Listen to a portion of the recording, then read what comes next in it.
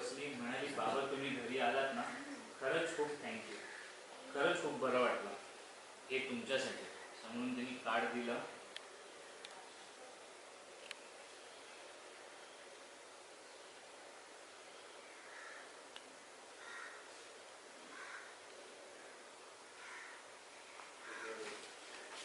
रेवतीने विचारलं, पिऊ अगं तू हे सगळं कधी केलंस? म्हणाली सकाळीच, कारण मला माहीत होतं काहीही झालं तरी माझी आई या माझ्या बाबांना घरी घेऊन येणारच. बाबा बाबा मला पण खूप टेन्शन आलं होतं. तुम्ही घरी कधी येत असं झालेलं. माझा हात दुखतोय प्रथम सावकाश. ऐक बाबा आता चालेल दुर्गाजी ओरडल्या, झालं गप्पा बस ग. तो बाबावर प्रेम करतोय ना, मग प्रत्येक वेळेला तुला कशाला मध्ये यायची गरज आहे? अहो आई काय चुकीचं बोलली होती? बरोबरच सांगितलंय तिने, तो लहान आहे, त्याला कळत नाही.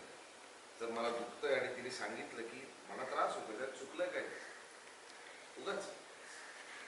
दुर्गाजी म्हणाली, बरं बरं प्रथम बाळा इकडे माया शेजारी येऊन बस, बाबाला आराम करू दे. मृदा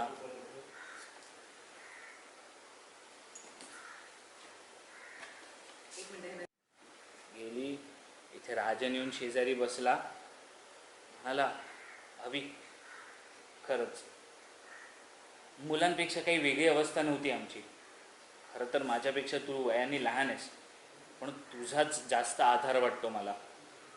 आणि तुला असं हॉस्पिटलमध्ये बघितला पाहिल्यावरती ना, तर माझं काही सुचतच नव्हतं रे, काय करावं काहीच कळत नव्हतं.